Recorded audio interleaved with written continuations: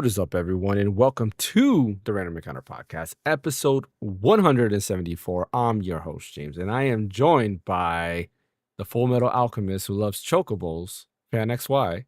I guess What's up, technically guys? Al is not the Full Metal Alchemist, right? They thought But he he's was. confused as Yeah, the Right. yeah. yeah. And then we have the Mega Man in Rush. But the Dressroom Master, actually, he's back. He's finally I'm back back. as the Dressroom Master, the dominant himself, Brian. Live from the cradle. And we have a special guest today. We have Luigi here. Can you say hello, Luigi? Hello, it's me. I'm in a dimension right now trying to save my bread or something like that. I don't know.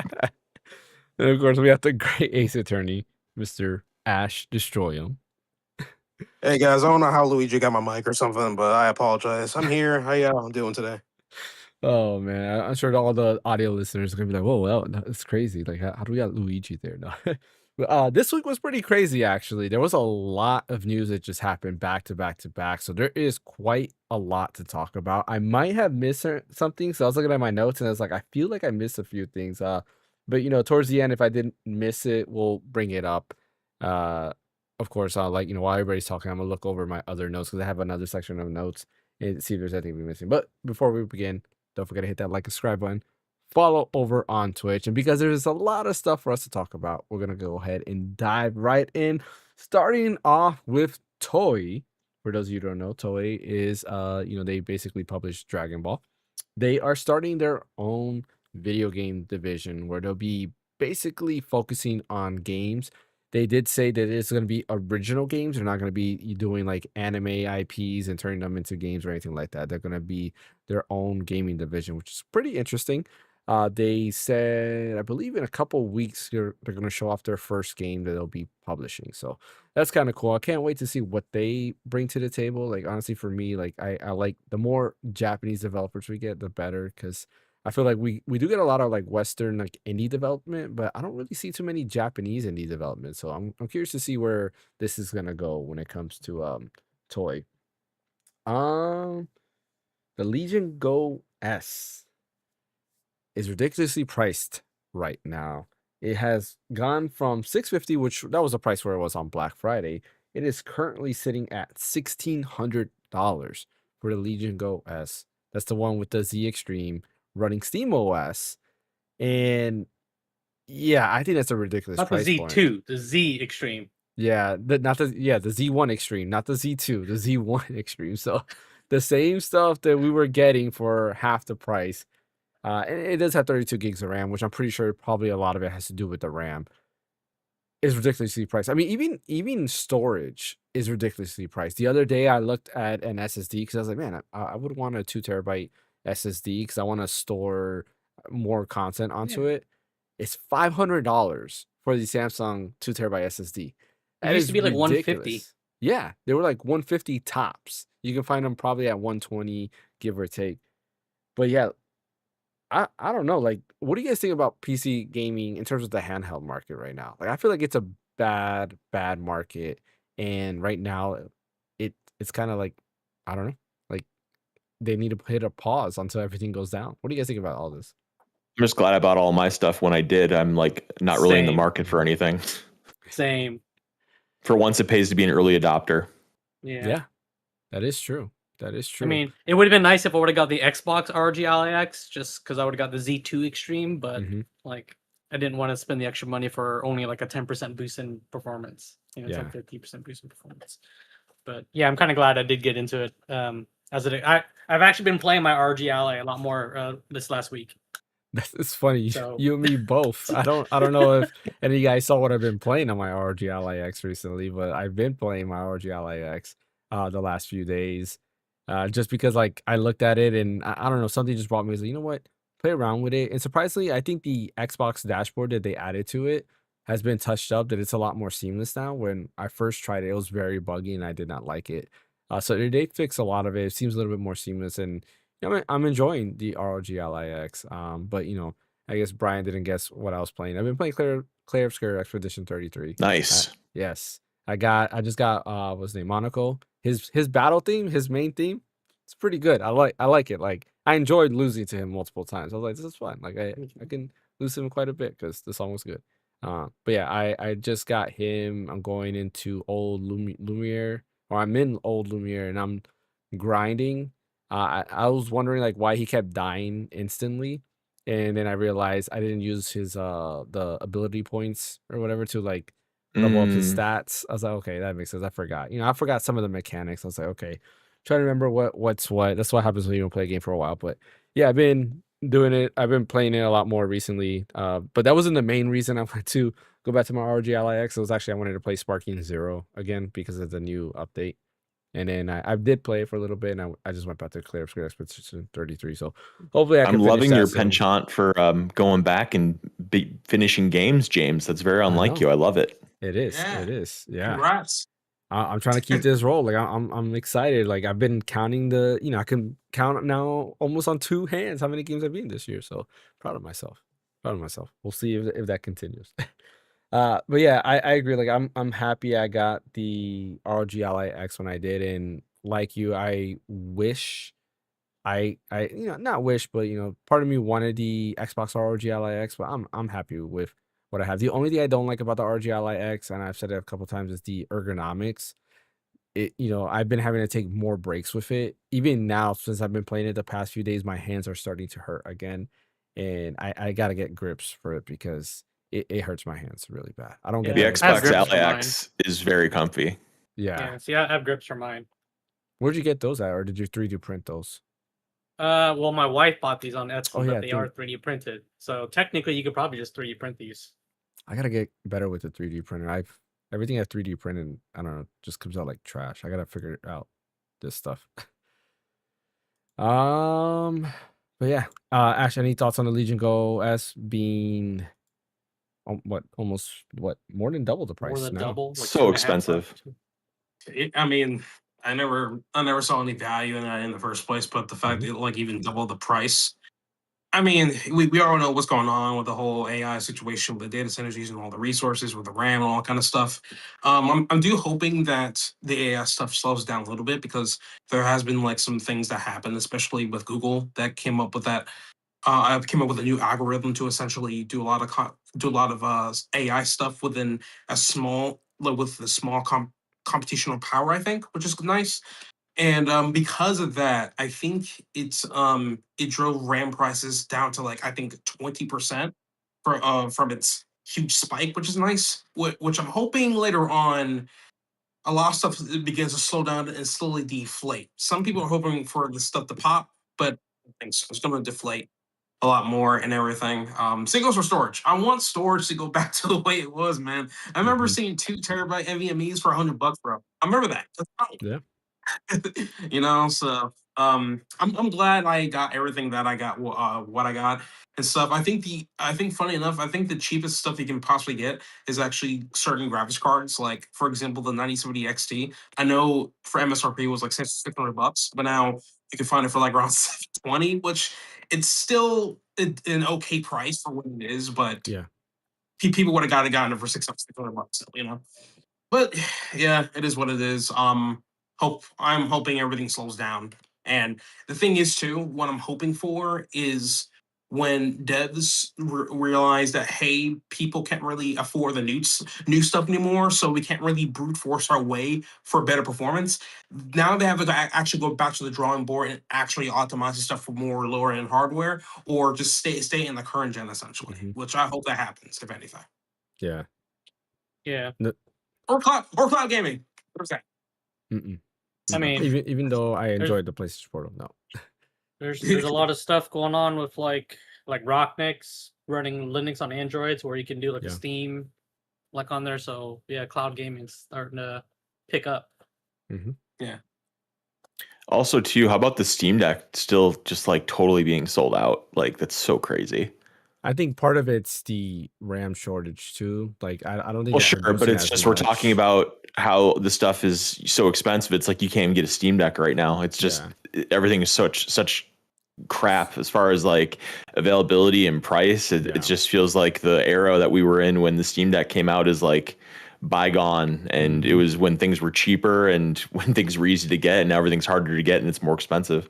Yeah, it's almost like you felt like you took that for granted for what we Yeah. had, and like usually, Yeah, you can in just walk hindsight, when into you a think Best about it, Buy and get an yeah, SSD for, you know, $150 or whatever. And now it's like, nope, it's $400. It's just It's wow. like COVID, but without the COVID. Right. yeah, Pretty much. Yeah. Without the fun of COVID. yeah, Mhm. exactly, and yeah, I mean, it kind of sucks because like I'm in the market for more storage. Like I need more storage, and I'm holding off. Part of it too is also like I would love a micro SD express card at 1 TB, but at the prices that they're coming out on, like I cannot like. Yeah, I would assume probably if we didn't have this issue, a 1 TB micro SD express card would have been available, and it probably would have been maybe, I don't know, like $100 max, maybe less than that. Versus I 150, think something they're like like that. 100, yeah, they're 150 right now or something. So yeah, I definitely need more storage on every front, especially since I've been using Bazite a lot more. I'm at the point where I'm gonna get a 9070 XT because I was playing Clear Obscure on my PC using Bazite, and since the NVIDIA drivers are not the best on Bazite, it was like messing up. It looked beautiful, but then like after I did like a battle, it like got all mixed up and it was just like stuttering like crazy. It was great. It was great. Uh Final Fantasy 14 finally coming to Switch 2. They showed it off. Oh, really? Yep. Yep. And I there's missed that. some. Holy crap. New Jeez. expansion too. Yeah, Yep. yeah, I heard about the new expansion, but the Switch 2 portion, that's crazy. Yeah. So it's finally coming to Switch 2. There's some bad news about this. Apparently, when Square Enix talked with Nintendo, they allowed it, but you have to pay for a separate subscription for the Switch 2 version. If you are an existing Switch, if you're an existing, like if you have an existing platform and you want to use the Switch 2 version, you would get a 50% discount, but it's still cross like play. It's still the full MMO. You just have to pay a little bit extra. So you pay 1.5 subscriptions if you want to play on the Switch 2 plus your other. Correct. That is So- ridiculous. So it's why Yeah, I think like that's $15 I that's think going is a really- subscription. So yeah, you would pay what, $22? Like $750. Yeah. Yeah. Well, total like $22 for both to play on whatever platform plus the Switch 2. Or you could just play on the Switch 2 only and forget everything else. But their Right. target, Yeah. they said their target in handheld is 30 FPS. Like that's the Which is target fair. for it, where there might be minor frame drops depending on in cities mainly, depending on like how many people are in the city with population and things like that. But that was their target goal, to run it at least at 30 FPS. But it looks solid. Like graphically, it looks great. I'm not getting back into Final Fantasy 14. I think the Kefka raid that they're adding and the Neon Genesis Evangelion. That's all that matters. That's all that matters. Brian I have tried to get into Final Fantasy 14 so many darn times, and I always bounce out because I always feel like I'm missing something. I don't understand it. But the Evangelion thing, that I'm going to start playing it. Like I already signed up for a subscription. I'm going to finally do it. I'm going to power through. I'm going to get through. I want that Evangelion thing. It sounds awesome in theory. Like I want to know how they're marrying the two, and I bet it's going to be really awesome. It's gonna be interesting. I mean, they have a lot of good collaborations, like the Final Fantasy Tactics one. They have the Nier Automata one. They have Final Fantasy 11. Those were cool. Like those almost got me to go back because there's still more Final Fantasy 11 stuff that they have coming out. I believe the current update that they have going on has another Final Fantasy 11 raid, so they keep bringing that back, which is kind of cool. The Kefka thing seems pretty awesome as well. It seems to be, I don't know if it's just a raid, because I think I read somewhere that it's more than just a raid. There's going to be a lot more Final Fantasy 6 stuff that's introduced into this. And I thought there was another collaboration for something. I just don't remember.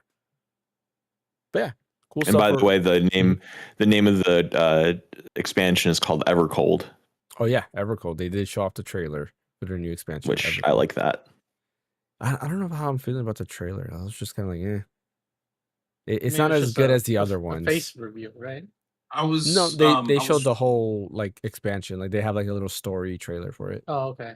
Yeah. I was watching some YouTubers just covering it a little bit. They were saying either that this is kind of like a soft reboot or something like that. Which I'm like, okay. Interesting. Like the thing is, I mean, I did play a good amount of 14 back then, but I don't really remember too much of the lore itself and stuff. So when they say soft reboot, I thought the quote unquote soft reboot was Final Realm Fantasy Reborn. 14. Yeah, not Realm Reborn, not that one. Well, technically that one is, but like there was already another reboot that happened after I think it was from I think it was after Shadowbringers. That there was a different Endwalker? one. Endwalker, yeah. People were saying Endwalker was the one, or is that the one? Hmm. Is the one with the moon title card with the Tales of Endwalker. Yeah. Law? Like you guys know what Yeah. I'm talking Yeah, it's about? Endwalker. Okay. No, that can't be because Endwalker was the end of the story. So that ended the whole Yeah, they like the first weren't they arc. going after the Mother Crystal? They were taking out the Mother Crystal by the Endwalker, Hmm. and that end of itself kind of like rewrote certain things. I don't know. Maybe. I don't know Yeah, because I thought, to my knowledge, that just ended that story with the main. They brought back the main bad guy who was in before Meteor, I guess is what they call it. Before like a Realm Reborn, the main bad guy you had to fight at the end there.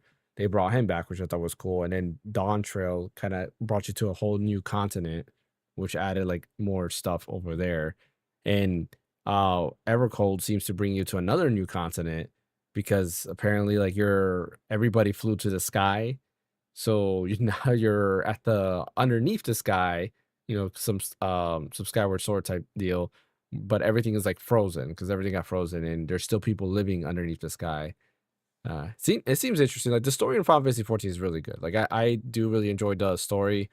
Yoshi P was asked, or he talked about it a little bit, where he said he has thought multiple times of creating like a single player version of Final Fantasy 14 so that people can just experience the story itself.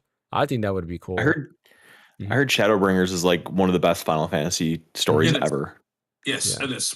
When the first trailer came out, people were just going like balls to the wall over this. It was Yeah. insane. And when I watched the trailer myself, I'm like, damn, that looks really freaking good. Well, So yeah, the yeah. whole like Warriors of Light versus the Warriors of Dark thing, which is what Shadowbringers was pretty cool. Like the whole concept. Yeah.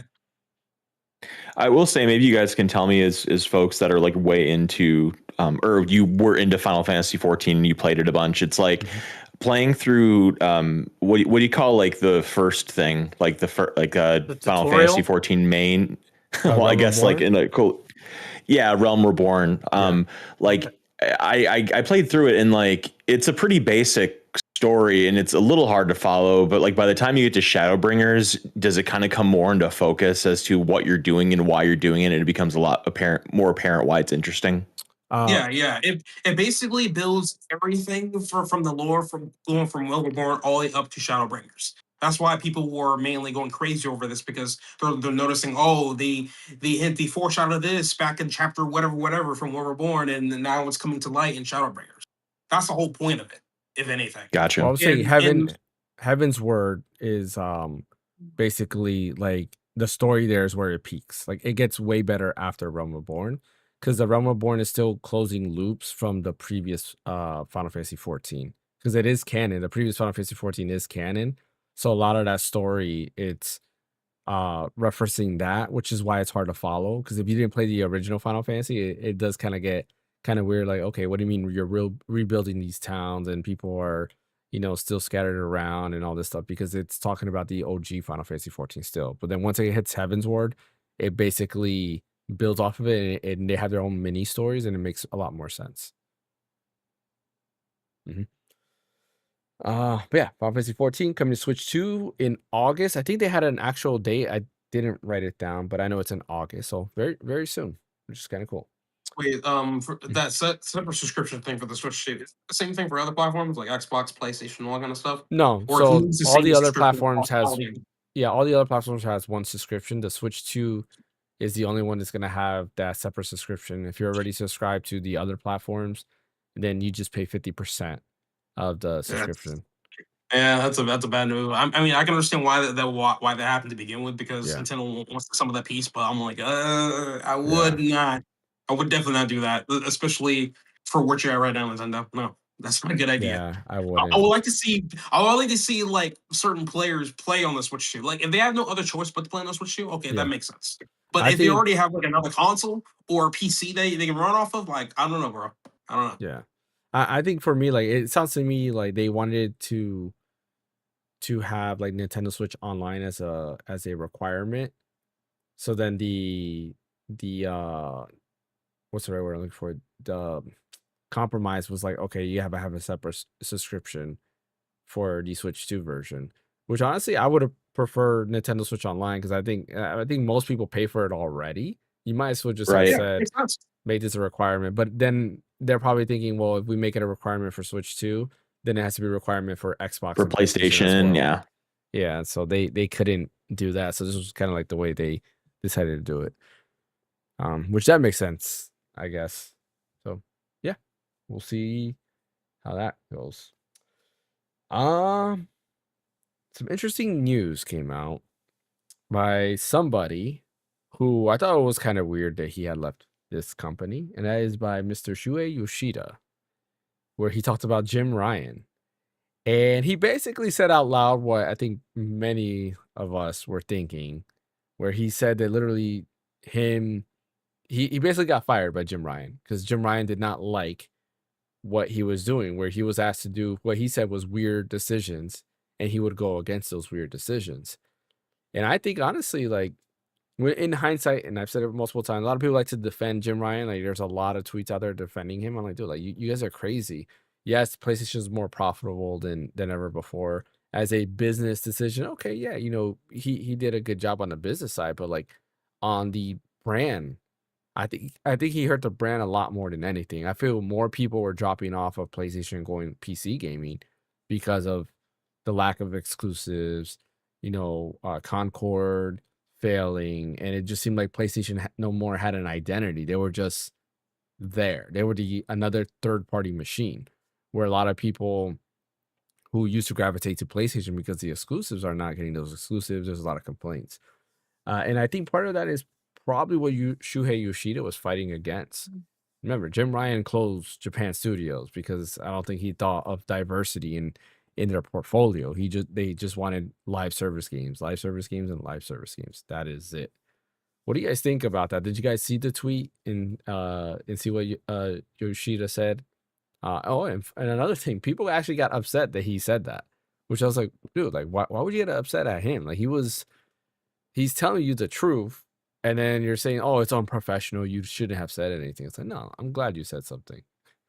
First of all, how old is that guy now? Like he's got to be probably close to 60. Yeah, I I'd think assume, so. Yeah. maybe. So it's like how much more what opportunities is he missing out on by being candid? I mean, I think that for him at this point in his life, it's probably more important for the record to be correct and not have his body of work be tainted by Jim Ryan. Not to say that Shuhei probably didn't make some mistakes, but at the same time, compared to Jim Ryan, I think the philosophies are just much different, and I'm probably much more aligned with the Shuhei philosophy of game releases and everything. Yeah. I for one find it refreshing that he's so candid about it because I feel like our industry just has so much secrecy to it and so much unnecessary hush hush where it's a huge expose if anything comes out about something. So I think it's cool that he talked about it. I mean, granted, maybe it is a little bit unprofessional, but it's at the same time, it's just we never hear stuff like this. And he probably just figures he doesn't have much to lose and he wanted to get his thoughts out there and it is what it is. So good on him. I don't have a problem with it. I feel like there was something similar too with Reggie speaking out recently. I saw something like that too, where he was speaking out on certain things. I think specifically like Doug Bowser, where he wasn't agreeing with a lot of those decisions. But Oh, really? yeah, I believe so. I gotta find it. I know I saw it somewhere because he actually posted like on Twitter. Somebody said something and then he gave like a certain like emoji about it when they were saying that he said that. And I was like, interesting. How much power, though, do the NOA heads really have, though? I feel like everything is controlled by Japan, you know? Reggie had power, I feel. Like I feel like Iwata did listen to Reggie a lot. And I think he left after what happened with Iwata because the OG president of Nintendo who took over after Iwata died until they found a new CEO, he probably wasn't playing. He's probably like, no, it's my way or the highway. And he probably didn't like that. Because remember, he was very traditional. The OG head of Nintendo was very traditional. And he wanted like the president of Japan or the president of Nintendo of America at that time was also Japanese. And then the president of Nintendo Europe was also Japanese, which I have another theory on the price fluctuation that we're getting with these Nintendo Switch. It's a Nintendo of Europe thing. But yeah, Asher fan, any thoughts on it? Honestly, I wish we had more openness and like more transparency. Mm-hmm. But with some of the higher ups, I'm glad Yoshida came out and kind of was just trying to clear his name on like why things the way they happened, and because mainly because of Jim Ryan and everything. So like, and I really hope we can like be less secrecy at this point, because like I think most of us can like already tell like what happened for the most part. Mm-hmm. We just need to like hear from the horse's mouth, right? Yeah. So I mean at this point let's like stop wasting more time on like hiding shit and just be honest, because I feel like integrity is like the best currency you can have with your consumers at this point, you know. So I'm glad Yoshida came out. Yep. But you a fan? I mean, everyone said that what needed to be said. I mean, it's kind of like what you said with when businessmen try to run gaming companies. Mm-hmm. You know, doesn't always work out. Yeah, I agree. That's why. Yeah, go ahead. I mean, that's exactly what happened with, like you said, with Jim Ryan. Just not running it in the aspect of your demographic. Mm-hmm. You're running the company in the aspect of your shareholders, which, yes, that's one thing you should keep in mind. But if all you do is keep in mind of your shareholders, you're ruining your demographic. Yep. Mm-hmm. AKA Xbox. Yeah. Mm-hmm. Which sounds like they're slowly, steering the ship back on course. Yeah. Let's actually transition into that. Our next segment. Yeah. Yeah.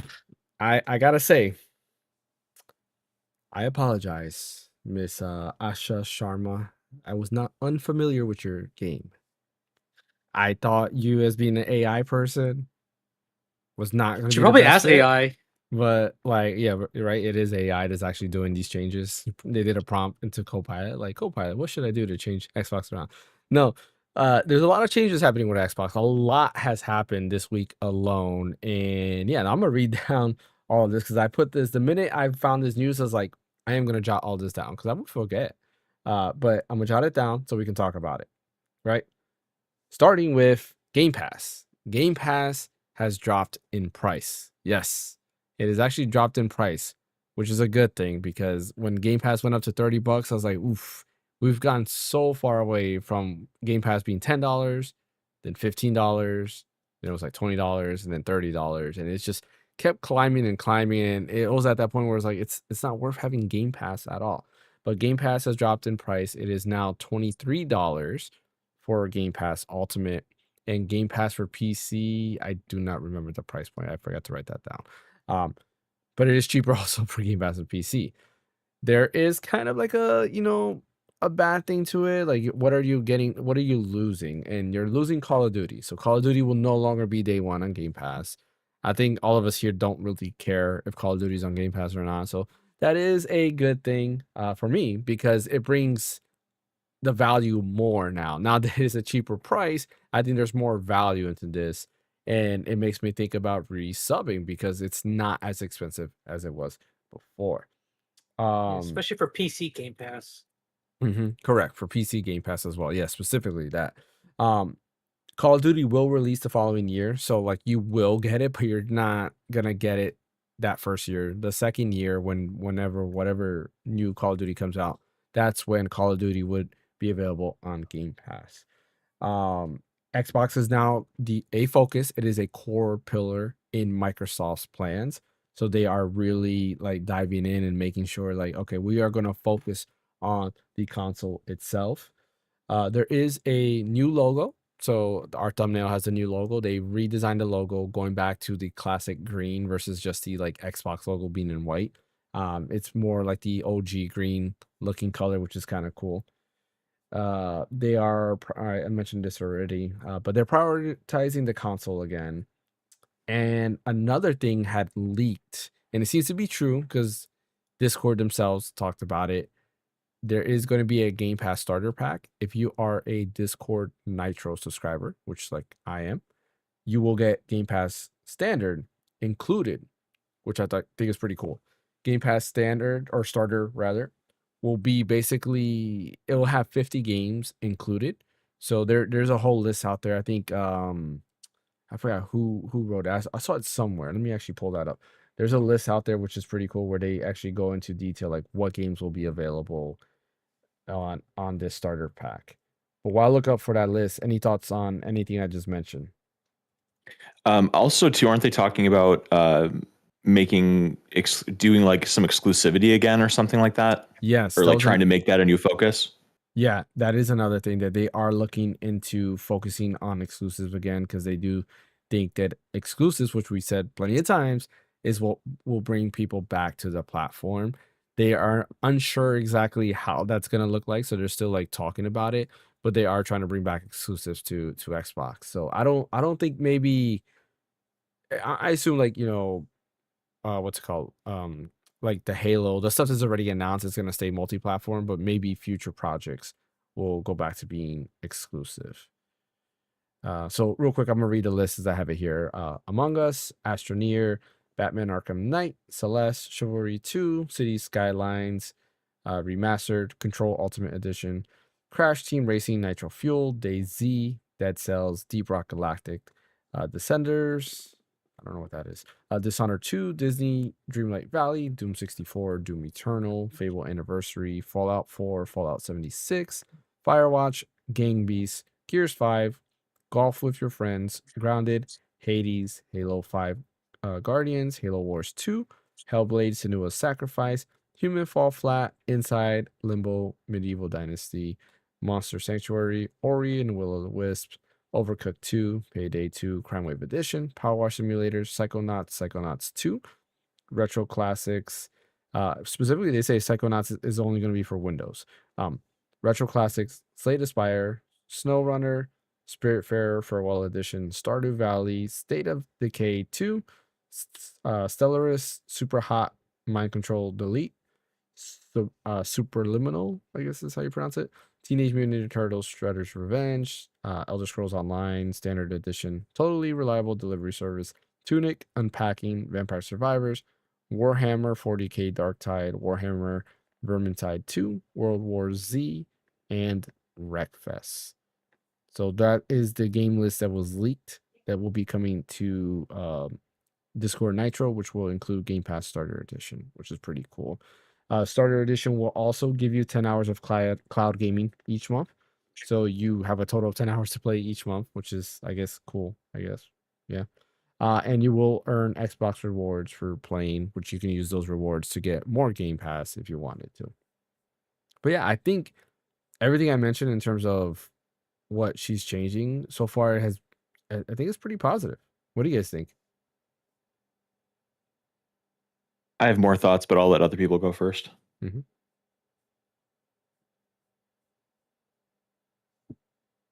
It's interesting. It's a fresh breath of fresh air from a non-gamer.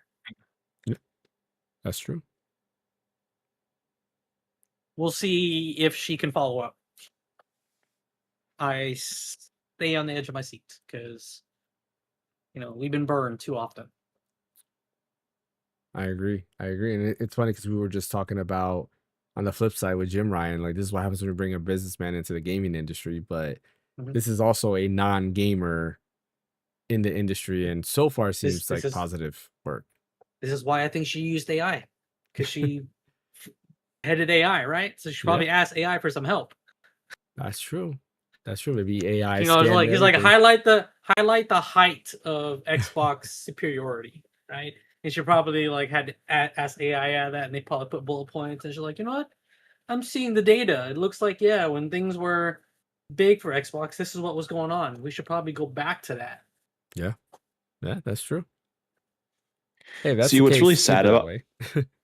Go ahead. What's really sad about that though is that all this stuff that they're changing is all stuff that I feel like we've been saying versions of for months now. It shouldn't take AI to like give her ideas or give anybody ideas on how to improve the Xbox brand. I just feel like so much of this is so self-evident for the longest time. Focus on exclusives, lowering the price of Game Pass. It was way too expensive. Even if it's only like, I think that a real change would have been bringing Game Pass Ultimate down to 20.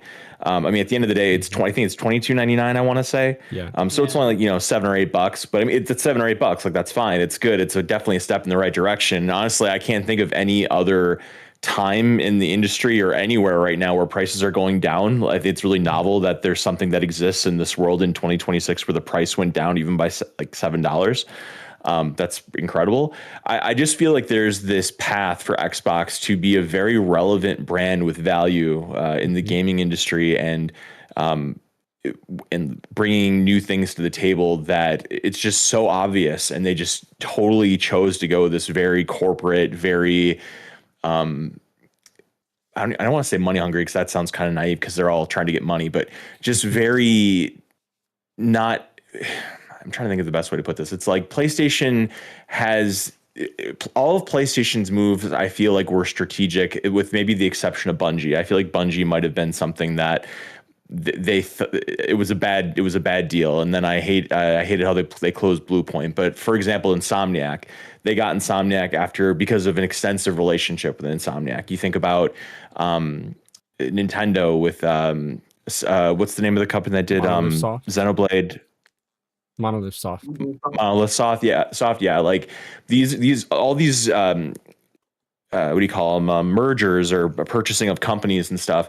It's all relationships that were established. Whereas Microsoft's like, we have an unlimited checkbook. Let's just go buy things, and we'll just press the win now button.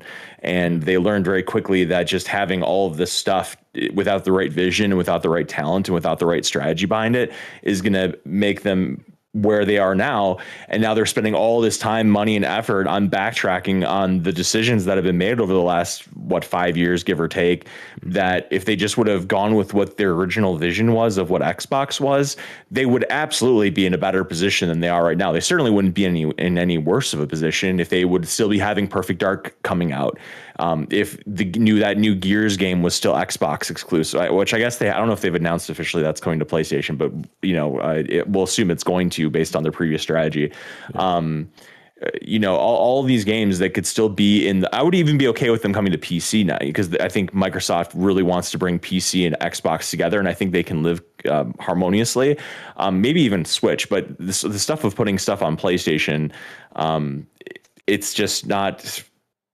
I don't get it. It just seems like they're giving up the game before it's even begun. And there's just so many ways for them to get back in the W column. And I feel like this new person that came along has started that. It's a shame it took so long to do these things that seem very easy. Yeah. It does make you wonder. Like, there's been a lot of rumors. Some people blaming that this was all Phil Spencer's fault. I've seen rumors that a lot of it was Sarah Bond's fault. And as of right now, like, we don't know whose fault it is, right? Like, whether it's Phil or Sarah Bond. But the point is that I think if you listen to your audience will tell you really what you want, right? A lot of times companies try to think that they know best. Yeah, exactly, right? Versus what your customers are telling you. But in this case, they were dead wrong for the longest time. We said it, you need exclusives. And yeah, they brought up all these studios and they promised a lot of exclusives. But when you really think about it, in the time frame that Phil started buying up all these studios till when he got let go, what was that, last year or whatever? How many exclusives did he really produce? He didn't really produce that many, especially with all the studios he got. Some of the studios didn't even come out with a game, right? They got closed down. There was that one game that failed, I think. Which one? I forgot. Yeah, so There's many. that's a good question. Yeah, it was like one game that failed, and I remember this exactly because there was that like Xbox dedicated podcast that Phil Spencer was on, and he was like pretty much not happy on the performance of that game and stuff. We played it, fan. Remember, we were having issues like when we boot up the game, it would go across both of our monitors, and we couldn't fix it. The vampire What was game. that vampire game? Yeah, Vampire Survivors. No, Vampire Survivors is a No. good game. Was it like Red Heart or whatever? Redfall. Redfall. There we go. Yeah. That one. So like, I don't know. It's. I mean, what I think is that when Phil Spencer first got in, um, he was trying to make a whole bunch of things happen, but because higher ups they didn't want him to do that, they wanted to do other things. Yeah. Then I think that's where the friction may have happened to begin with, because they didn't truly believe in what Phil Spencer was originally saying to them was ever going to work. So they're like, instead, let's go to an entirely other direction that we want Phil Spencer to do, which at this point, why have Phil Spencer even there in the first place? And now I guess they're finally actually learning from their mistakes. And then now with Asha Sharma, they're like, hey, Asha, why not listen to the fans to see what they think or something like that and go from there. And I think that's and then I think that's when we see the sudden change of a lot of certain things, like the price going down along with the new logo that they produced or something. So, but I feel like Phil Spencer, he was trying to gear Xbox in the right direction. It's just that there are so many obstacles he has to go through it, mainly through the higher ups, which is ridiculous. Like if you're gonna let him like direct Xbox, you know? So yeah. Jeff Keighley had wrote like what 3 days ago. Xbox has announced its new strategy. The model that got us here won't be the one that takes us forward. Changes will include revaluation of exclusivity, Windows and AI, Microsoft gaming back to Xbox. So remember they had changed everything to Microsoft gaming versus Xbox gaming. That brand is no longer a thing. It's back to Xbox branding, which is nice. And then new North Star daily active players, which I think works, right? How many daily users do you have on your platform? That should be like anybody. If you make a console or you make a device in general, that should be the most important thing, is like how many daily active players do you have, because that's how they buy into the ecosystem. I think I agree also where I think you were saying this, Brian, where it probably does work out to have some Xbox integration with PC, right? Because it is your ecosystem. Because I do think ecosystem is a huge how can I put it, competitive landscape, right? And you guys probably know who I'm gonna mention, that I think is making waves with their ecosystem, which is drawing people to buy their platform, because that is their strongest right now, their strongest what's the right word I'm looking for? Help me out, guys. I can't think of the word. It's like their strongest system seller, I don't know. I guess. Yeah, their strongest, I don't know. Asset? Yeah, their strongest asset. There we go. Thank you, Brian. And that is Valve and Steam, right? Steam is so powerful. And yes, they do give you other options, but they've created this ecosystem. You have a gaming PC, you probably have Steam already downloaded. So hey, why don't you get a Steam Deck where you can take those games portable? Oh, you want a console-like experience in your living room? Here goes the Steam machine. Oh, you want to also experience games maybe in VR, but also use it to play games not in VR? Here's the Steam Frame, right? They're using that and expanding beyond to keep people in their ecosystem, which I do think it's another way for Xbox to compete.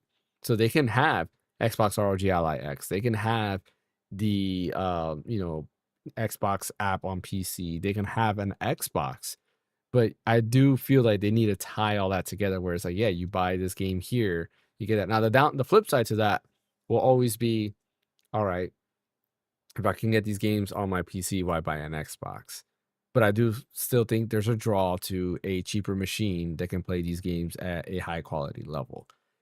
So that's my take. Do you guys agree with that? Or do you guys think like, no, Xbox should just be console and forget PC altogether?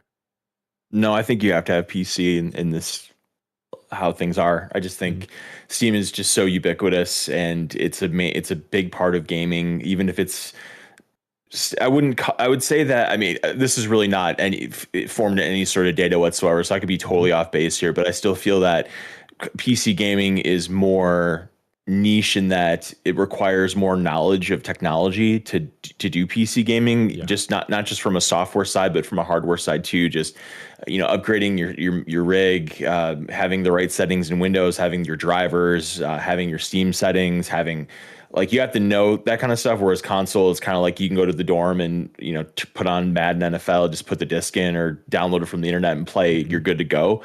But at the same time, it's a big piece of the gaming pie. So I do think that it deserves to have its place. And Microsoft is the biggest manufacturer of OS in the world, from a PC standpoint, or desktop standpoint, whatever you want to say. And I just think that you can't just give that lip service. You have to address the PC folks. AK on YouTube says diverse group looking like a Model UN meeting. So yeah, somebody else called us cosmopolitan ice cream. Yeah. Shout out to you. AK. That's really funny though. I like that one. Made me laugh. I like that one. I'm gonna frame that comment and put it on the wall in the back. Yeah, right. I need to hang something up anyway. So yeah. Oh man. It's funny. We've gotten a lot of comments recently on YouTube talking about how diverse that we are. It's true. Like literally, we're all different. Race here on this. One of a kind. We're a one of a kind podcast. You don't definitely see podcasts as diverse as us. I mean, we could technically hit every continent.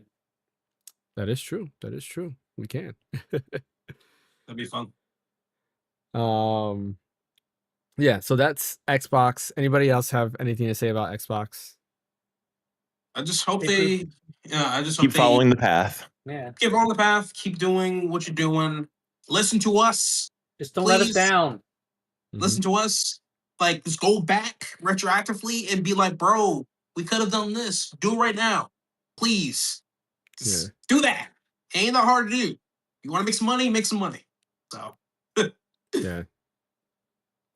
I will buy another Xbox if you just announce Lost Odyssey remake exclusive for Xbox. I will buy one just for that game alone. So there's a hint. Just do that. I'm gonna hold you to that. Yeah, I'm gonna hold you to that, man. Hold me to that. If they announce it and be like coming to Xbox Series X, I'm like, man. Even though I don't want to go ahead and have to go ahead and spend what is it, $900 on an Xbox Series X now or whatever they are. Yeah. But yeah, I would do that. All right, let's move on. I found a little note here for another bit of news. So MBG over on Twitter says Sony's first party studios have reportedly been briefed on the upcoming PlayStation handheld today, and an insider gaming report about it might be coming soon. I have checked up on that, and I have not seen any type of report stating that Insider Gaming at least has done that. So who knows? Maybe this week we'll see that. But what do you guys think of that? Are you guys excited for this Sony handheld that might be coming out? It depends. Is it going to be a new? Is it going to be a new platform, or is it going to extend off of the PS5? It's supposed to extend. So basically, a portable PS5. Yeah. If it could if it could be like a Portal 2.0, that can be standalone without having to run games over the internet. Just give me a better Portal. I like my Portal, but I wish they would do an OLED Portal, more better Something sticks. With Wi-Fi 7 that has Wi-Fi 7. Yep, 100%. I would be all. They could charge $350 for it. I'd be all over it. They could charge $400 for it. I'd probably be all over it. I know you would. I would though. Yeah. I love OLED, my Portal. Wi-Fi 7, better sticks. Yep. I love my Portal, but no, I do want a console. I want a console experience because there's times that I've been out with my wife and I'll pull it out while she's doing something and I'll pull it out and I'm like, man, I still gotta stream this. And with how well fine. Well, I mean, with how well ARM CPUs are going on right now and how they can actually get SteamOS running on ARM, and Linux running on ARM, it's not out of the realm of possibility. Yeah, where they could technically do it. I mean, Nintendo proved it can happen with the Switch too. Yeah. So, Sony they got to get their engineering chops in line and figure it out. Aren't they saying that's what the low power mode thing is on these games that are coming out? Is that they're testing for what the new portable machine will be? It'll be like the low power mode version of these games. Because I noticed when I was playing Hades 2 today on my PS5 that it had that low power mode thing. I'm like, huh, that's interesting. Hades 2, yeah. I'm like, Hades 2 needs a low power mode, like that game. Like that seems like such a low intensity game that it has a low power mode, and it's like who would use this? You know, I don't get it. So that's interesting. Yeah. It's funny because I was looking at like Demon Souls and it also has the icon. I was like, okay, like it seems like almost all of Sony's first party games have that icon already, and they're expanding now into third party. Yeah, I do think this portable system is real. Like it's been rumored for almost 2 years now, and I do think it's real that we'll probably be seeing it. And honestly, like that portable system could have all the Portal features, but and then some, right? So like, hey, maybe you're at home and you do want to play God of War Ragnarok using PS5 Pro settings. You can stream it instead of playing it on the handheld mode. Versus when you go out and about, I do still think it's nice to have a device that doesn't need to connect to the internet to play games, which is usually why I bring my Switch 2 with me when I go out versus the Portal, because of that reason. Like if I go to like a hotel or I'm like at my in-laws or something like that, where I somewhere where I have Wi-Fi, I don't mind using the Portal. But like on the fly, like even though I don't think it uses that much data, I still just don't like to use hotspot. It's fair. All right, let's go ahead and talk about a leak that happened. I'm not sure if everybody saw this leak. I saw it when it first got posted. I was like, oh, that's interesting. Like there's a review on this already, and then they removed the video because I guess it was supposed to come out. But that is the Steam Deck, the Steam controller. The Steam controller unboxing video was just came out, and it also, I'm not gonna say who released the video, but it's actually a big name of the person that released the video, and I was actually surprised. So I don't know if they had it scheduled for that, and then maybe Valve told them don't release the video, like we gotta wait, and they forgot to like unschedule the video. Because in YouTube, when you upload a video, you can set a date and time for those videos to release. So a lot of times when you see embargo reviews, those are already in YouTube. They're just sitting there waiting for the time. That's how all those things come out at that time. But yeah, they showed the unboxing. Looks great. And they actually talked about the price, with it being $100, which to me, I think is not a bad injected into my veins. I'm all over it, man. All over it. I'm ready. With how expensive some of these like pro controllers are, $100 is very reasonable. And this is trackpads, to be honest. Yeah, for and sure. Hall effect. And it has the buttons on the back too, like which you pay a lot more. I mean, the DualSense controller. How much is a X Elite like controller? DualSense Edge is $150. Yeah, DualSense is so the DualSense, right, is 75 up to like what, up to 90, I think, depending if it's like limited edition, or 85. But then the Edge, the Pro one is like it's 200. 200. Oh, it's 200. Yeah, not 150. Yeah. And then the Xbox, like just the core controller, I think it's 130, 120. Yeah, well, 130. Yeah. And then if you add on the extra stuff, it goes like 150. It's like 150, 230. Like it. Yeah. Like $100 for a Steam controller is way reasonable. Like I'd buy like two of them. Yeah, dude, I'm just looking forward to the trackpads, man. Yeah, I'm looking me forward too. to that. for me, I think the biggest pro is like, I've tried using my ROG Ally X docked. While I do think like that new Xbox mode helps out with navigating, there's still sometimes you need a mouse, and like it is like I have to go ahead and plug in a mouse to it, and it's very annoying. Yeah. Oh, so you got something like that? I don't even have that. I should get something like that. Yeah, just like a little Bluetooth keyboard with the trackpad. Yeah. So having that and being able to use the trackpad as a mouse, and then maybe setting one of the back buttons to bring up the keyboard, like that would be perfect. And I can use the ROG Ally X docked at all times, which is kind of cool. Or not all times, but whenever I want it docked, I can do that. So I think $100 is a good price. Some people are complaining, saying it's too expensive. I'm like, look, the Switch 2 Pro controller is $90, right? Oh, went up. So yeah. So it's $90 for that. Yeah, we paid $80. It went up by $10. So it's $90 for that. And still, I mean, the controller's great, but I think you are getting a lot more with the Steam controller. So I think $100 is a good price.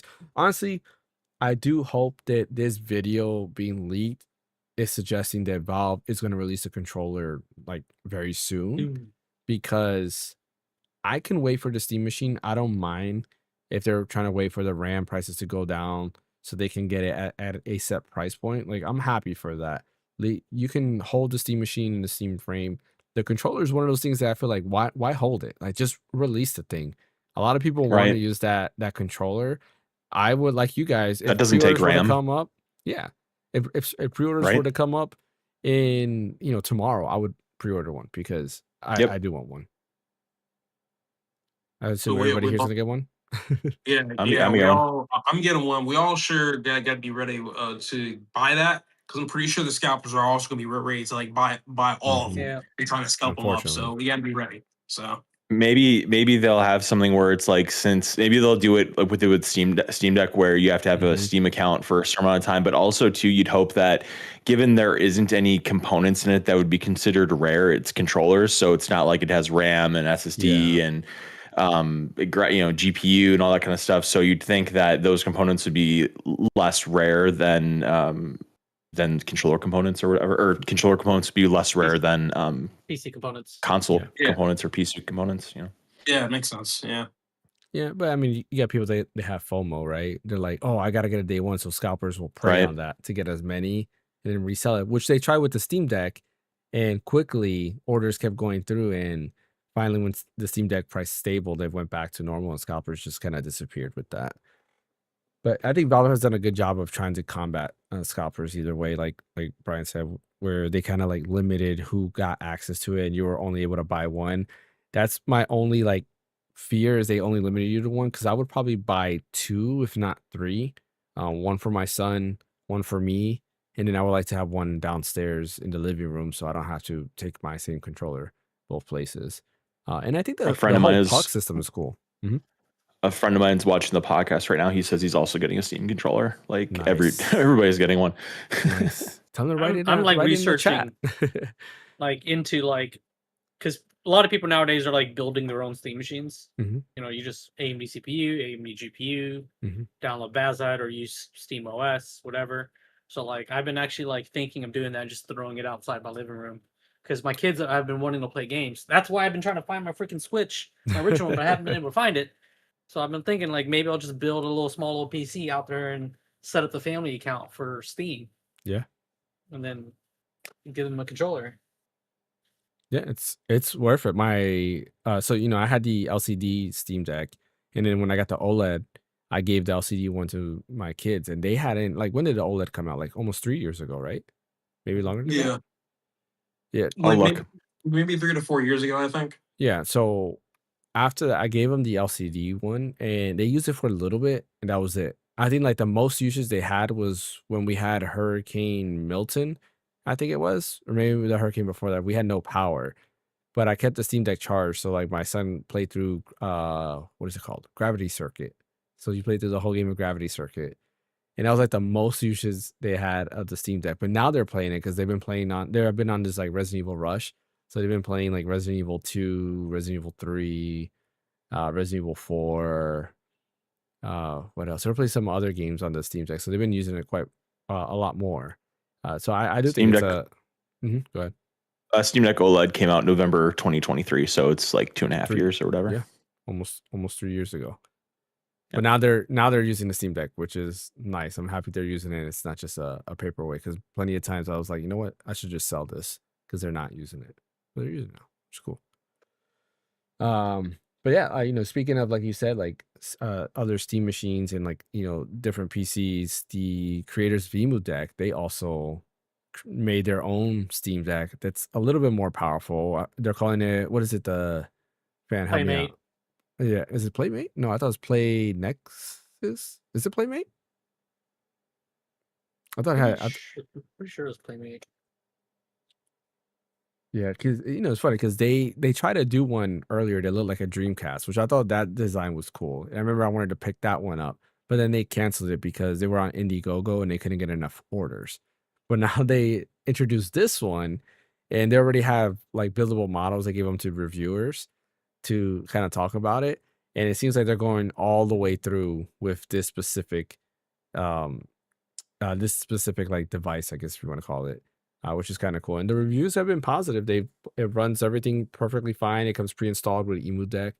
I know some people are kind of upset that they're not using Bazite. They're using like Fedora itself modified with some Emu Deck stuff, and they didn't like that, which I get it. Like I think Bazite would have been better because Bazite optimizes a lot more than just having stock Linux. So I think that would have been better overall, in my opinion. But maybe they tried to use Bazite and Bazite wasn't cool with it, or they wanted like they didn't want it to be sold as something. Like I don't know. They must have tried something. I assume so at least. Did you find a name on it? Is it Playmate? No, the new one is called the one they're coming out with now is called the Playmate. The what it was, the EMU Deck machine was they just called it EM1 and EM2 depending on like the configuration. Okay. But the current thing that they're coming out with right now, I believe, is called the Playmate. Okay. So yeah, that's kind of cool that there's more options. And I do think like a PC in the living room that runs like Steam OS or like big picture mode is probably the best way to experience that in the living room, which is kind of cool.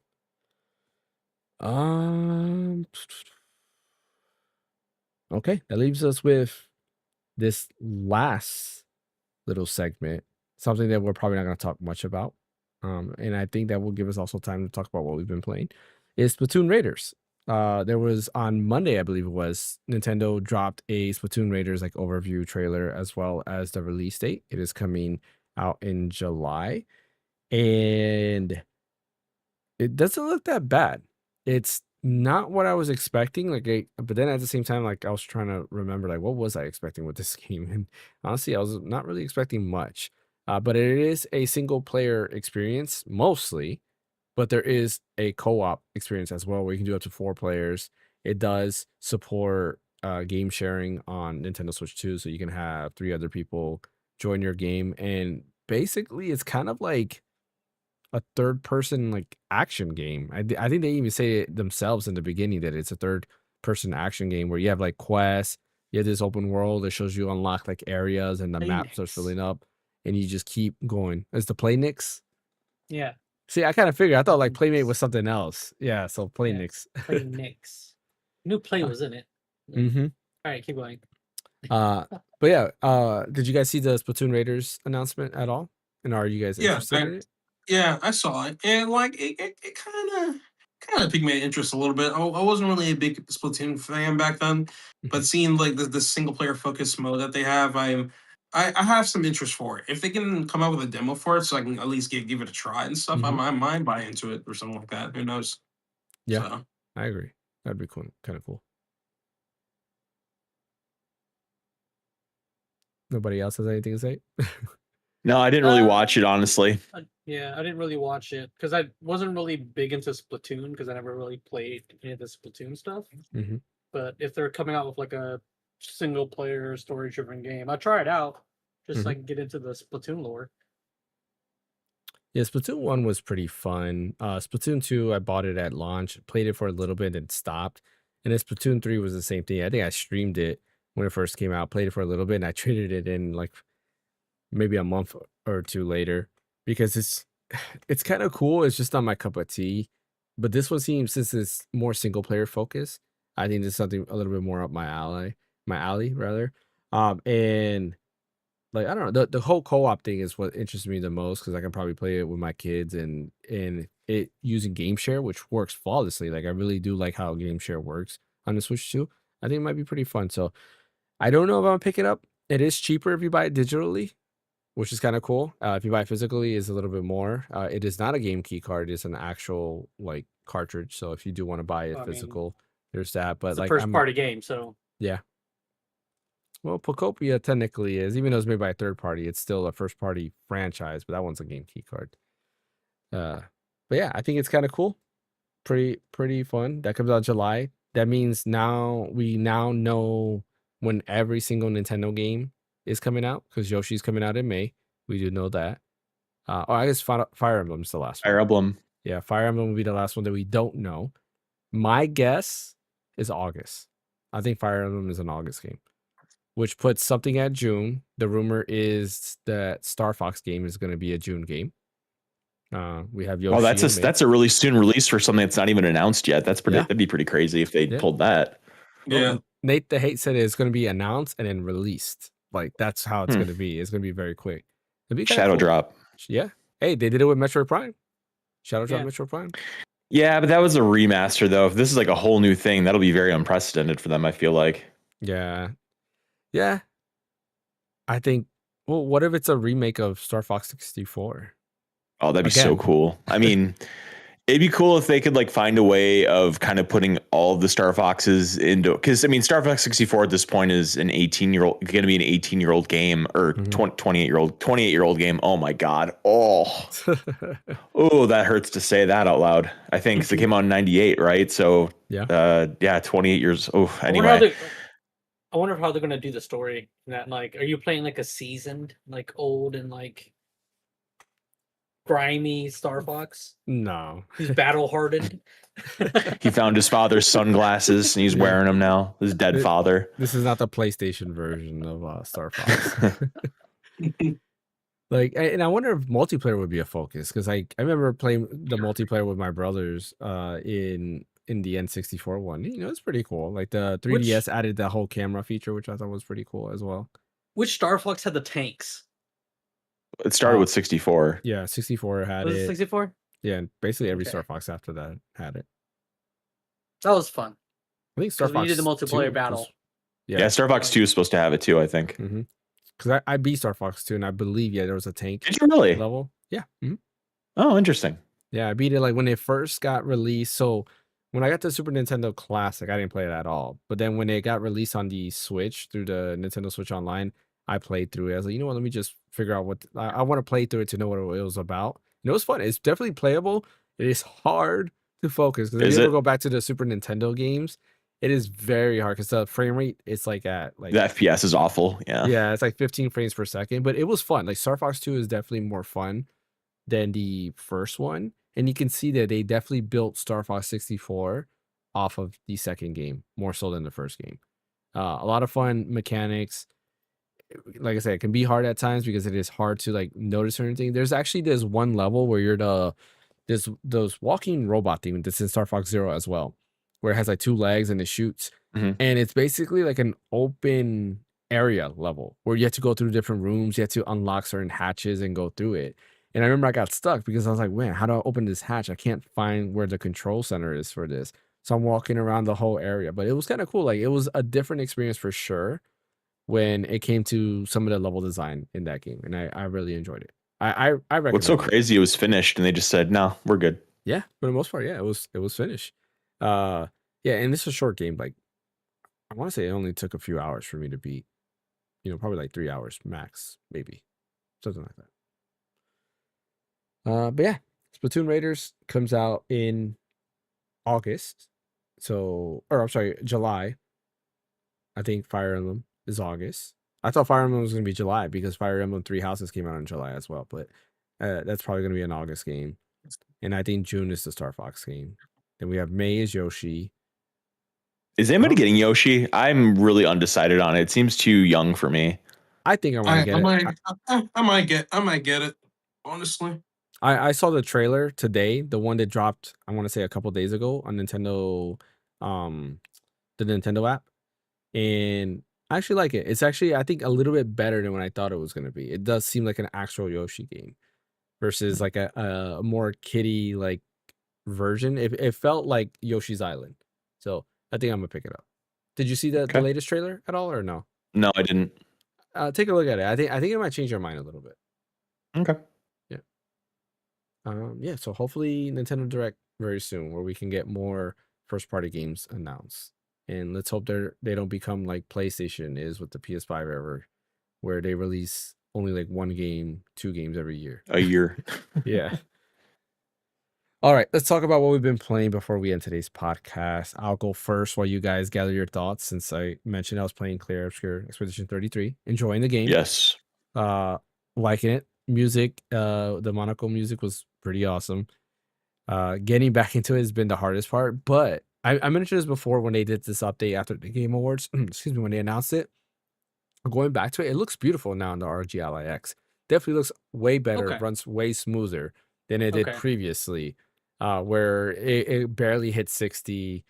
FSR have to wasn't boot it even back up. included. You had to use XESS, and it just didn't work properly. It didn't look that smooth. Now with FrameGen and FSR supported, it does look a lot better.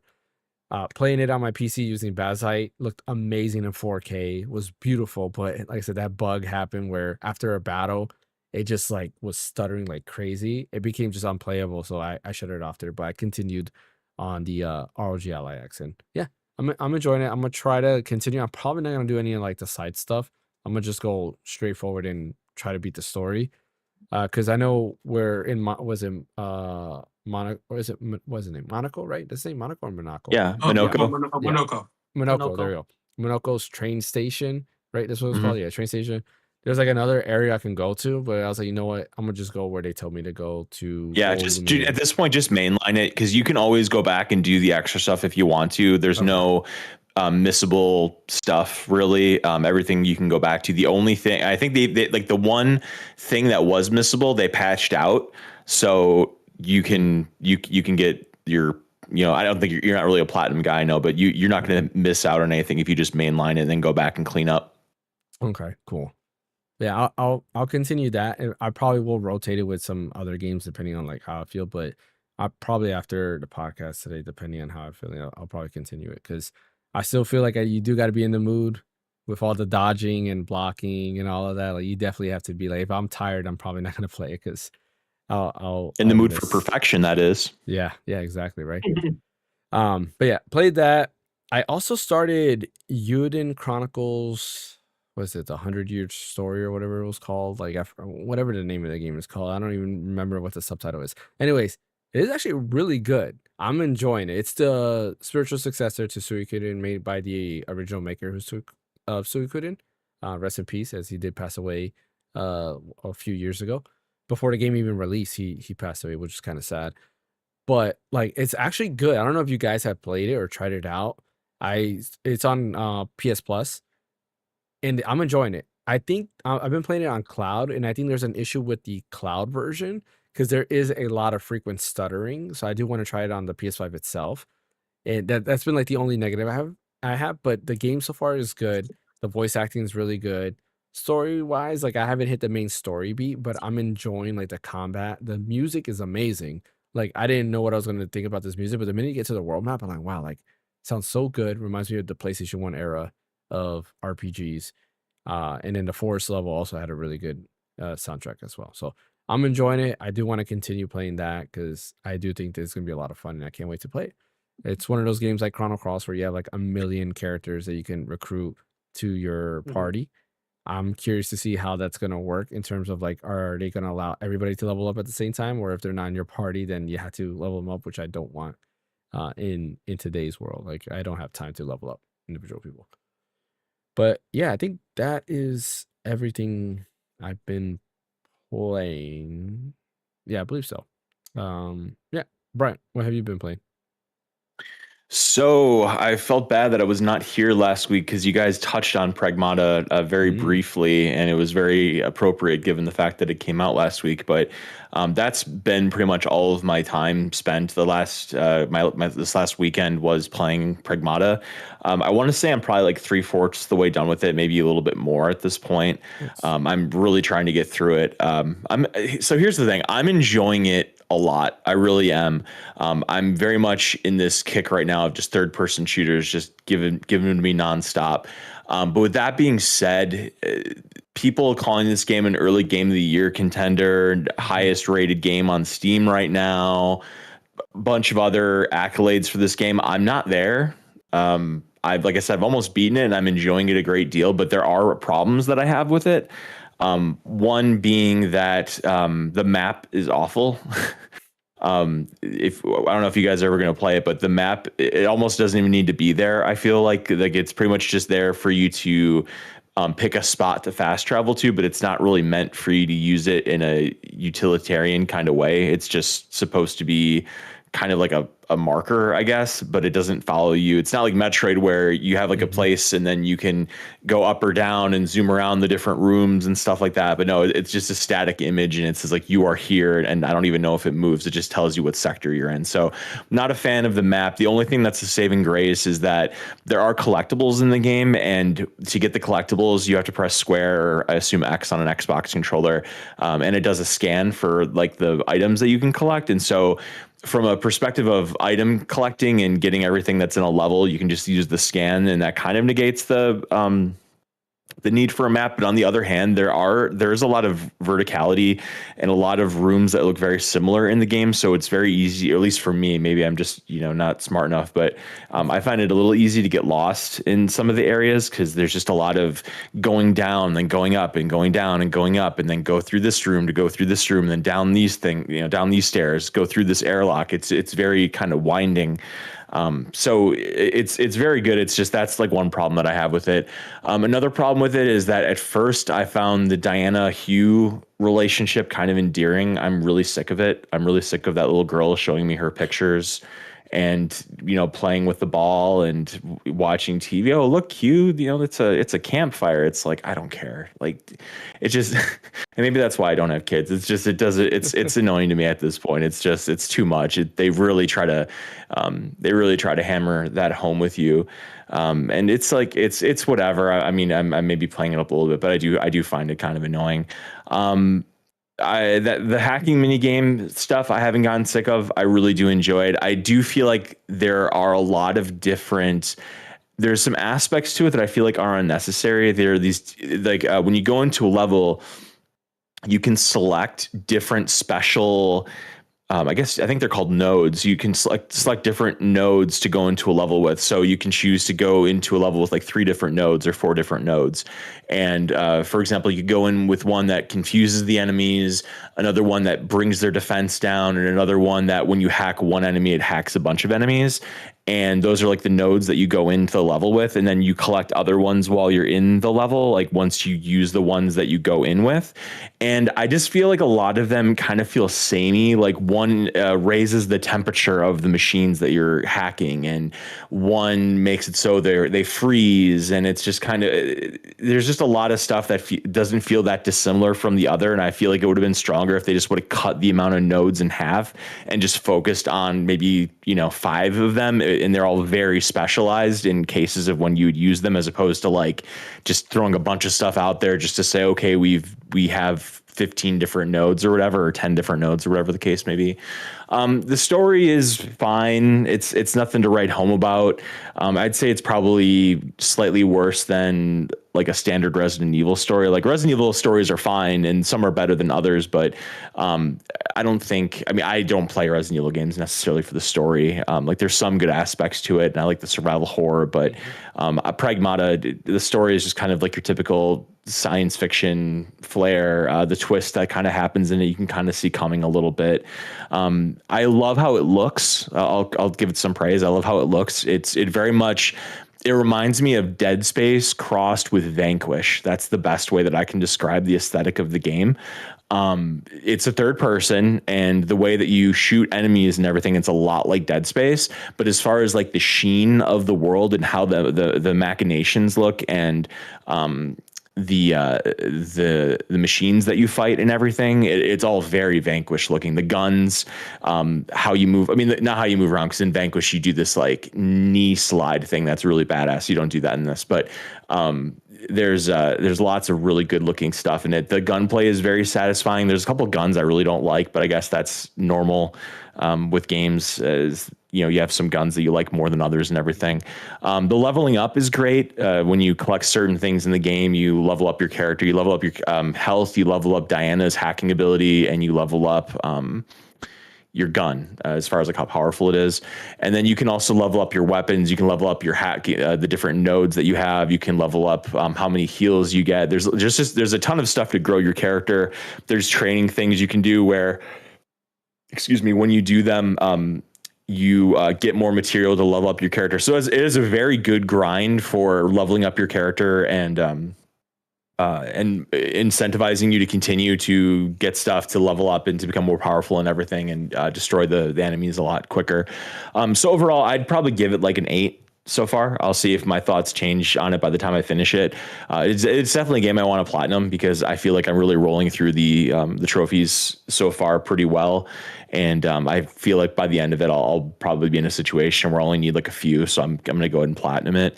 But yeah, it's very good. I also re-downloaded Final Fantasy 14, kind of going back to our conversation that we were having earlier, just because of that Evangelion raid. And it's a game that I want to like and want to get into so bad because there's just so much stuff about it that appeals to me. But it's just the MMO bit just overwhelms me. And did you download it on PS5 or what I downloaded it on everything. I have it on Xbox, I have it on PC, and I have it on PS5.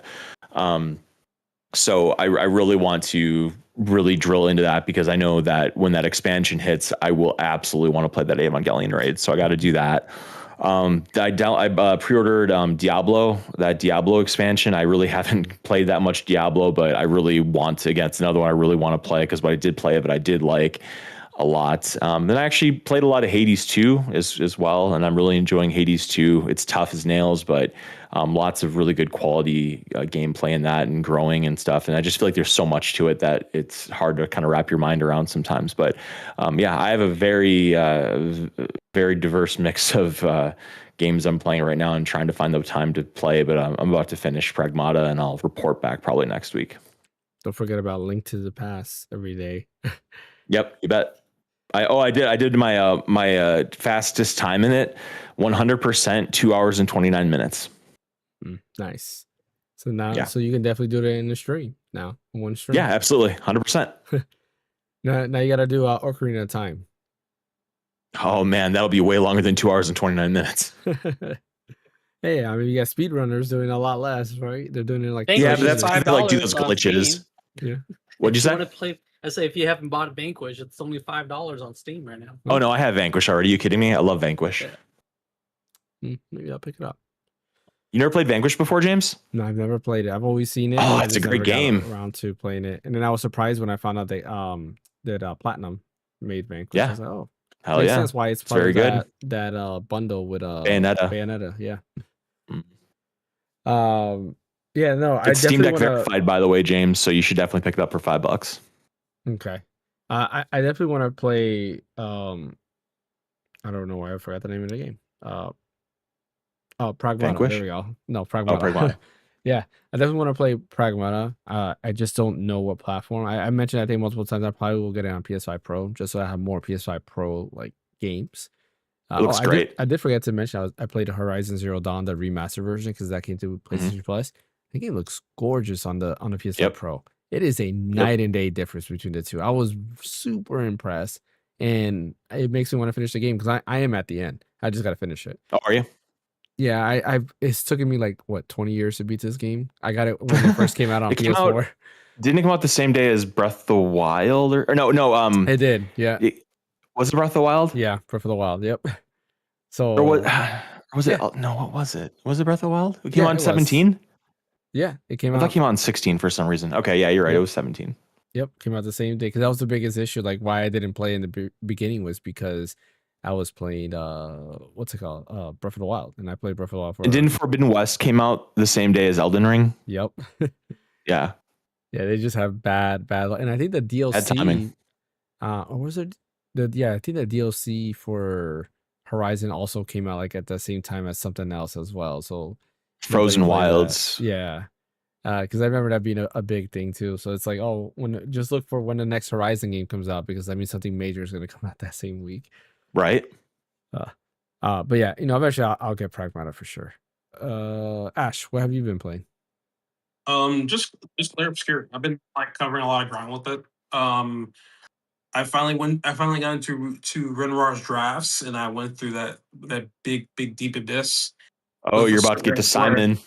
Yeah. I actually tested myself against Simon, and I'm like, okay, I can beat him. It's just I need to actually, listen to optimize that build. Yeah, well, not optimize. It's more like I just need to keep parrying because I already have characters that can like do millions upon millions of damage, naming just Mile and Verso. in that setup because I mainly have CL, which I know she's a big damage dealer, but she can obviously do a lot of buffs for my my two sub DPSs, and as long as I can parry the shit, then I'm fine. That's basically It's a lot of what it parrying comes though. He down has to. like 20 hit attacks or whatever. It's a lot. Yeah, and the thing is too, I'm like going back to my Pictos and make sure everything is like stacked up, and at the same time, it's like you have to reset those Pictos sometimes too, because a good example with Glass Cannon, you get 25% more damage, but you're also 25% weaker when it comes to defense. So you Right. just got to get good. You got to get good essentially. I get good. Yeah. Yeah. So yeah, I'm working on that. I've fought in Golgor like twice. Once as Verso and once as Mael, mainly because I wanted to get one of Mael's strongest weapons in the game because and for the I think it's called the Myelum or something like that. You actually can get the weapon really, really early if you beat TL during that tournament at the Adjustral Village. But if you lose to her, then later on you can fight Golgra, and when you defeat Golgra, you finally get the weapon and stuff. Oh, And you didn't which beat CL in the village? yeah, you can beat CL. Yeah, No, I'm once saying you you beat did it. CL. No, I did. I did not. I thought you had to. I beat. Yeah, I thought you beat did her. too. Yeah. Yeah, I think you get. I think once you Ash beat was her, playing on and you hard have mode to- though, and so you have to, yeah, I was playing on hard mode. Okay. Yeah. Yeah, I was so whatever fighter you choose, if you would have chose Mile versus CL, and you beat CL, you get that weapon like extremely okay. early. I chose Yeah, Gustav. yeah. Yeah, it's fine. Later, you can go back to Golgor, beat her, and you get the weapon. So it's all good. But yeah. Other than that, I still got to go back to the tower and complete the tower. Okay, give me like a bit of a spoiler thing. Brian, how many floors are in that freaking tower? I don't remember how many levels there are. How many stages? Yeah, I don't remember. Isn't it 33? Oh God! I knew it. I knew it. Let me look. I thought it's 33. I thought it was gonna be 10. I thought it was gonna be 10 stations. That's No, it. no. 33. God damn, bro. Yeah, Jesus. let me see. How many levels are in Tower Expedition 33? Yeah, there's 33 total levels or trials. 11, so it's 11 stages, each containing 3 trials, so 33. They love to F with you, bro. They love to mess with you. They're having fun. I can tell.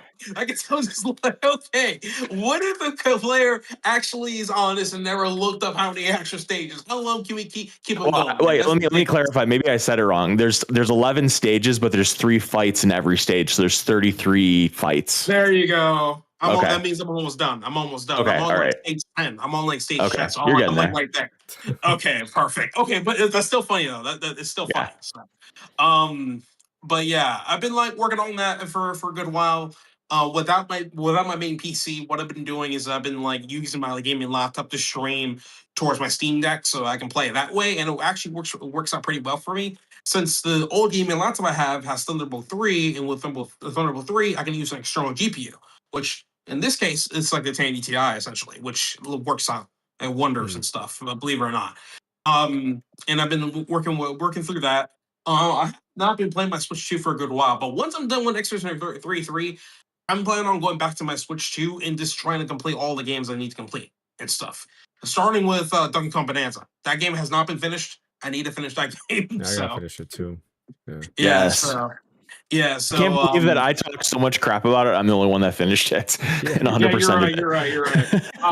Pragmata, I thought about getting it soon, but now that I think about it, I'm probably gonna wait till like a sale comes out like 20% off or something like that, because like I wasn't really that too hyped into it. If anything, I was more interested in Mouse PI for Hire. If anything, because I thought that game it's like a mixture of a boom. I hate to call this, but a boomer shooter mixed with Cuphead, or not even Cuphead, Steamboat Willy graphics. That's literally what it is. So I'm looking forward to picking that up. The problem is I need to borrow a copy from somebody because I want to try out the game so I can buy it.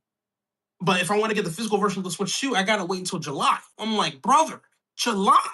Right now, Pragmata is 20% off on Green Man Gaming, by the way. Yeah. Yep.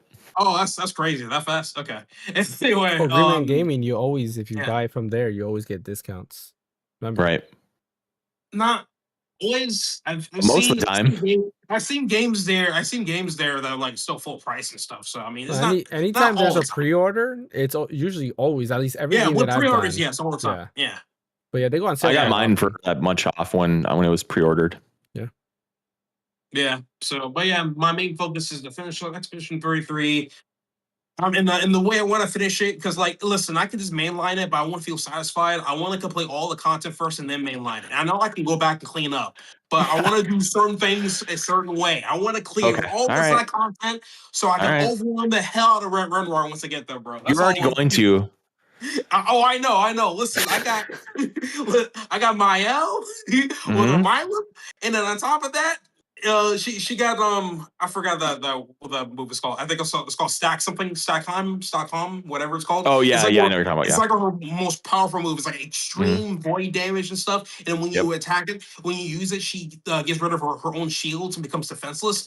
Yep. Which I didn't realize how much more powerful that is when you put other pickups with it and stuff. Yep. And then not So to much mention, stacking. if you use Fortune's Fury from CL and put that shit on top of her as well, she becomes jeez, I don't want to get started with that, Yeah. but yeah, I'm just doing whatever I want. I need to like finish as much content as I possibly can, and then go into Lumiere and mess with Renoir for a little bit. He thinks he has everything, but I'm like, bro, I fought Simon. What? Yeah. So I feel bad for Simon though. I feel bad for him. So cool, yeah. That's all I have for now. Fan? So I haven't been playing much, except Breath of Fire 4. Nice. What did you start? I was trying on? to get. So I started on my phone just to see if I can get it playing. And I'm like, okay, got it working on my phone. And then I'm like, all right, I got to figure out which console was I playing it on to where I was, to where I was at. So I booted up my RG Cube. Like, nope, not very far on that. Did it on my Vita. Not very far in that. I'm like, okay, it's probably the RG Ally because I had Emo Deck running on it. Did it on that. I'm like, kind of far, but not where I thought I was at. I'm like, okay, so I lost a save file somewhere. So because I've been when I was transferring and upgrading drives and stuff like that. So I lost a save file, and that's kind of why I was playing it. So I was trying to get back to where I was at. Where I'm at right now is I'm just still in the Broken Sword story. I have that dog character with a single sword. Yeah. That's where I'm at now. So I'm like way behind compared to where I was at before. So Sure. Yeah, I forgot his name. kind of got pissed off that I lost my save file. Oh man, I'm trying to remember what his name was. I can't believe I forgot his name. Yeah, but the reason why I was playing on the phone was because the game emulator, Gamma emulator, like is very easy to like just do 2x speed, so I can like go through the battles quickly. But I shortcut the fast forwarding on Duck Station on the Ally with a hotkey. Oh, nice. So they will like toggle it on and off. So when I'm running around, I don't have it on, but when I'm like in a battle, I have it turned on, so all my battles are going real quick. Nice. I wish more games will do that, where I can increase the battle speed, like especially on RPGs. Yeah. Yeah, especially that's on what I did when ones. I played through Final Fantasy VIII. Is I usually I don't mess with games like that, but it's like I don't consider speeding up cheating because you're still playing it. Yeah. The same. It's just faster. You're still playing all the same stuff. Going through all the animations, like I just exactly. Want to, get through the animations. Exactly. So like what I did was instead of spending 30 minutes drawing 30 Ultimas or whatever, I just did it really quickly in 3 minutes or 5 minutes, and it's like I'm not really cheating, I'm just saving myself time. It's the exact same outcome, it's just not having to sit there. I got things to do. I'm an adult now, come on. I agree with you. I think like any remake of older RPGs or any turn-based RPG should have the ability to do it up to like 3x speed or whatever. Yeah. Like Dragon Quest. And I tried the GOG. I tried the Breath of Fire 4 GOG version. The text, like you can tell they've obviously like updated to modern text. Yeah. And they've done some like bifurcation filters and whatever, because it doesn't look the same as it did before. Yeah. But when I was playing on that, I'm like, oh, it has cloud saves, which is nice. So like if I play on, like, you know, if I play on the Ally, I can stop, save, and then start on my PC. It has cloud saves, but it doesn't have the fast forwarding speed. So that like irritated me, and I'm like, all right, I'm going back to DuckStation. I'm going back to emulation. Hey, the By the point way, is James, you purchased it. You purchased it. That's what counts. Yeah. So you can play wherever you want as long as you have bought it. You just have to buy it again on Steam. Just keep supporting it. What were you gonna say, Bryant? I felt so bad for you. I saw your Eternal Darkness stream and I saw how you had to end it without beating that chapter. Oh, I felt so bad for you. That stupid little monster thing. Like I don't understand it. Like you saw how I died when I ended it. Yeah. He was like got me in the corner and I couldn't move. Yep. And he was spamming like, you. Yep. Yeah. So I was like, I can't do nothing. So I'm just stuck there. I'm like, ugh. I can't tell you. Maybe that's the third time I've died in that game by being stuck. Maybe in look through a walkthrough, not being able to something. move. No, I mean I can do it. Like, and I got so far. I think was it that one or the one before that where I got so far and I died because like I was low on health and I was trying to run away from the freaking monster, but I was thinking like, no, maybe just 2 more shots and the monster would die, and it didn't die and it killed me. I was like, oh, but yeah, I'm definitely gonna continue Eternal Darkness. I'm You're so close. Yeah, that stupid monster, like that really got me upset when I died.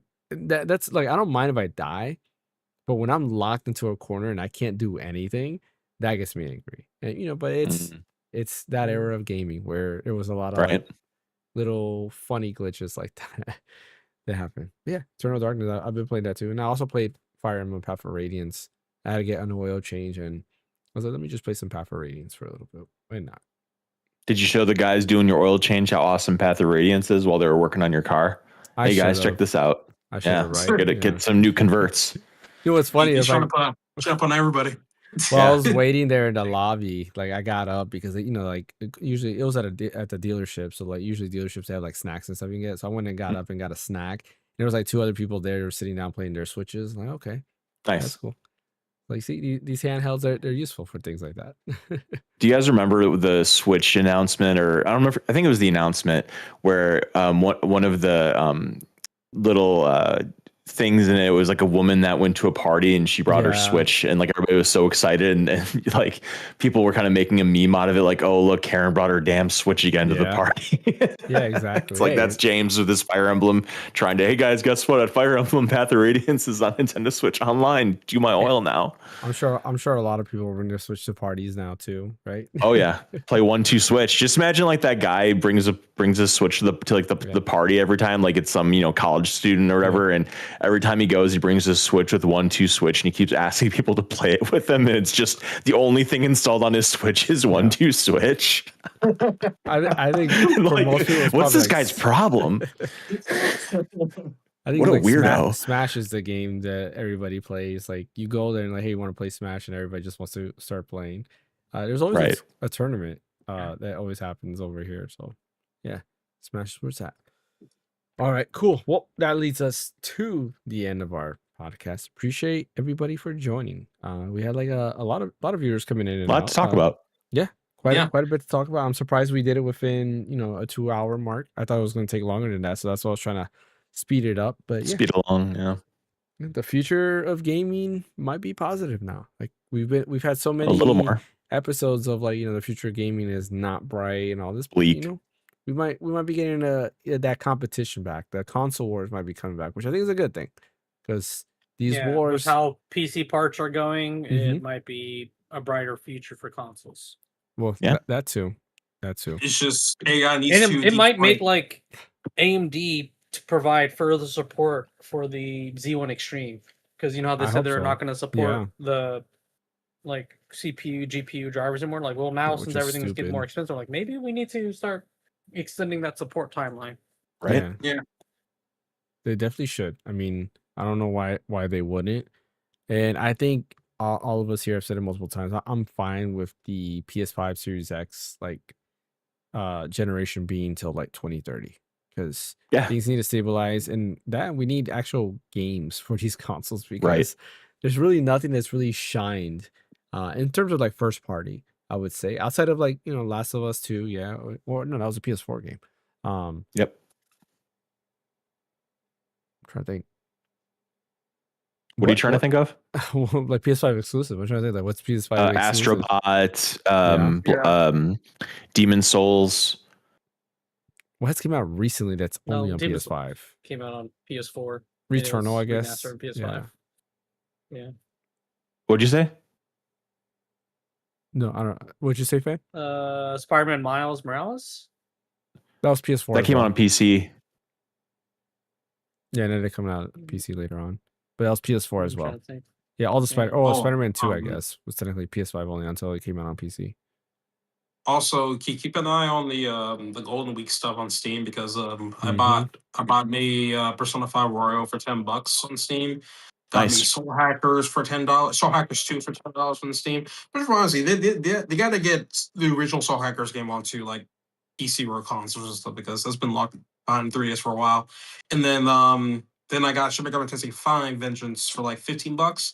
And then something I wasn't expecting to buy was the actual expansion pass for Persona 3 Reload because that's on sale for $10 instead of $35. Nice.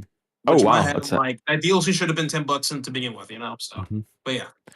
Also, Saros is coming out, I think, on Tuesday. I got that pre-ordered. I'm looking forward to that. Also, too, maybe next week I'll touch on that. I've been playing the heck out of Returnal, and I've really been enjoying it. So next time I can talk maybe about that. Maybe I'll finish that this week too. I'm really liking that.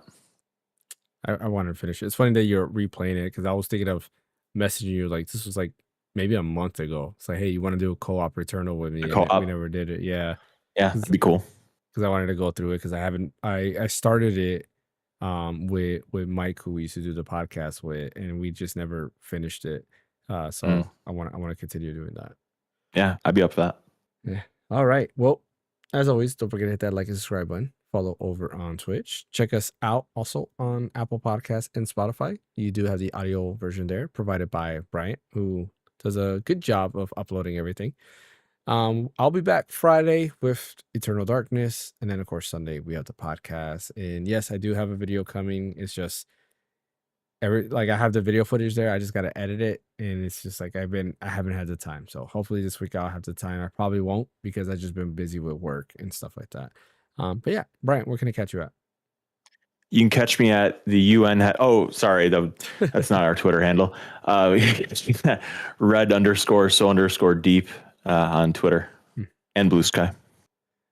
What about you, Fan? Catch me at Phaneckswhy at all the pertinent socials. What about you, Ash?